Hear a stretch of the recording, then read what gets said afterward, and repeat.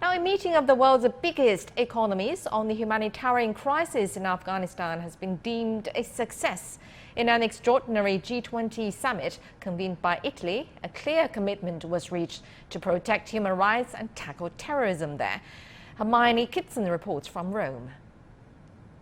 Yes, it was a crucial day here in Rome as world leaders connected with Italian Prime Minister Mario Draghi to discuss Afghanistan for the first time since the Taliban seized control in August. Now, G20 countries and organisations such as the World Bank, International Monetary Fund and United Nations took part in the video conference, which the Prime Minister said was a success.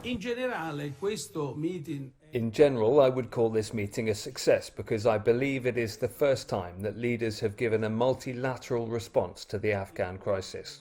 One of the key issues discussed was humanitarian aid and how to ensure it reaches those who need it most. The European Union pledged just over $1 billion in funding, but the Commission President said the Taliban must adhere to its conditions to receive longer-term aid. Combating terrorism was another key point of debate. Last weekend was the bloodiest since the Taliban came into power, with the local branch of the Islamic State, ISK, claiming responsibility for an attack that claimed almost 50 lives. A consensus was found for Afghanistan not to be allowed to return to being a kind of refuge for international terrorists.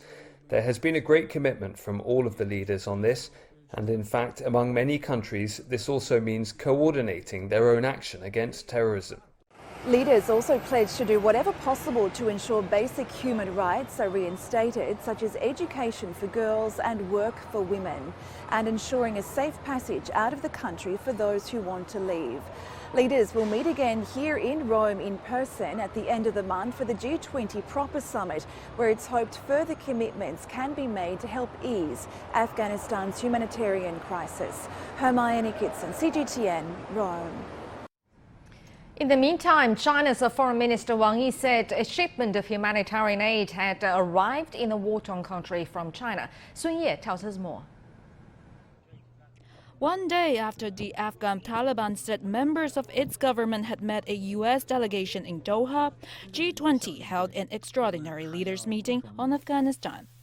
Speaking for Chinese President Xi Jinping, Chinese State Councilor and Foreign Minister Wang Yi attended the meeting via video link. He called on the international community for concrete measures to help the people of Afghanistan. 在阿富汗挑战与机遇并存。 Afghanistan is standing at a crossroads. It has been torn, but could now go on a new path of independent and peaceful development. The first and foremost problem to tackle right now is people's livelihoods. China is assisting with 200 million RMB worth of supplies, including food, winter supplies, vaccines, medication and other emergency assistance material. The first batch has arrived. The peaceful reconstruction of Afghanistan needs concrete deeds. We hope countries that have unilateral sanctions lift those sanctions. We also need to show zero tolerance for terrorism and work to make sure Afghanistan stays away from terrorism. 疫苗和药品的紧急援助，首批物资已经交付阿富汗。 The UN chief Antonio Guterres said it's now make or break time for Afghanistan. He called for the humanitarian aid to flow into the country ahead of winter, as well as measures to prop up the Afghan economy. In a separate meeting Tuesday, Foreign Minister Wang Yi also called on his Asian regional counterparts to work together to stabilize Afghanistan. He said Afghanistan should be inclusive and open, and China, as one of its neighbors, would work with all relevant parties to make it happen. Sun Ye, CGTN, Beijing. And our correspondent Abdul Hadi Dariz is joining us from Kabul with the latest on the ground. Abdul, hello there. The EU and other G20 members, as we heard, are pledging more than $1 billion in aid. How effective has this distribution of humanitarian assistance been in getting it to those most in need in the country? Well, thank you, Neng.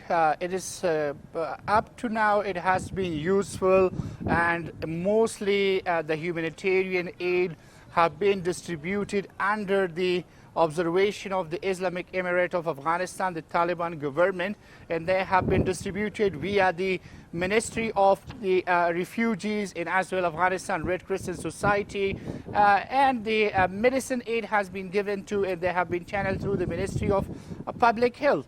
And they have been effective. The Taliban, the people are happy with the distribution of the humanitarian aid until now. But at the moment, the biggest fear for the people is not being in a crisis of hunger only. The people are looking forward. The Afghan economy is on the verge of collapse, and everybody is looking forward to have an economy and for building up, for rebuilding the economy.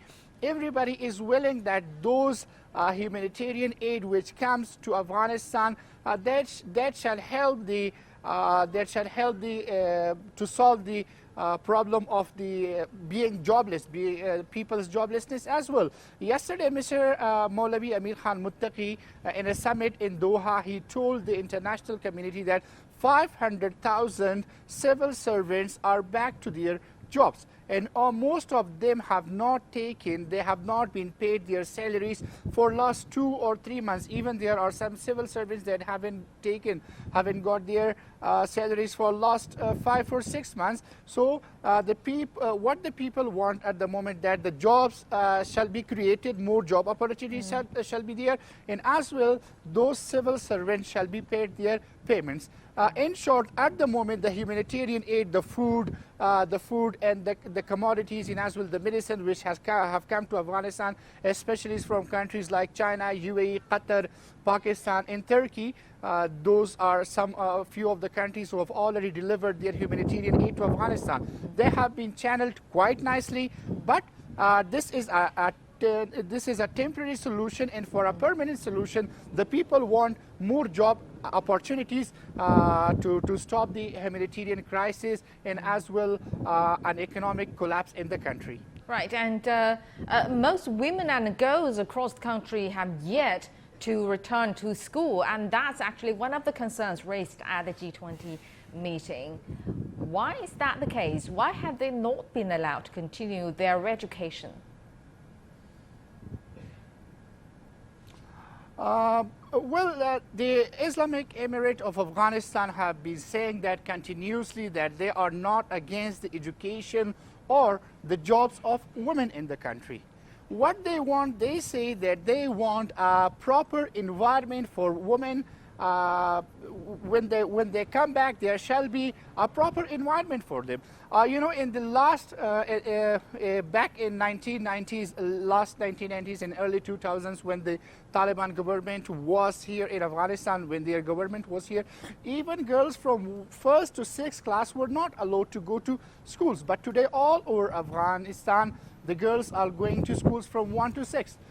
From class 1 to 6, and as well in 5 of the provinces, especially in the north, namely Badakhshan, Balkh, Kunduz, Jozjan, and one other province, Saripul province, the girls are going from 7th to 12th grade as well to schools. So the Islamic Emirate said a few days back, Mr.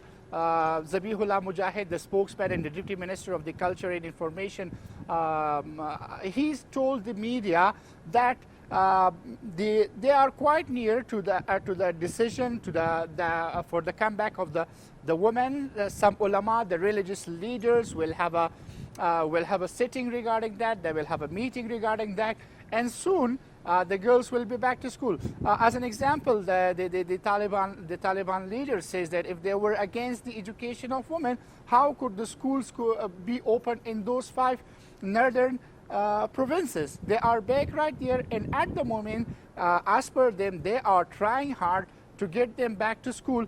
But the Islamic Emirate of Afghanistan says that an environment is required where women shall teach women and men shall teach boys. We have seen several examples in the country where women teachers have been teaching the boys' schools, and also there were some male teachers in the former government who were teaching in the girls' schools. So we need to continue to observe the progress of the situation of women in Afghanistan. All right, thank you very much, Abdul Hadi Dariz, joining us from Kabul.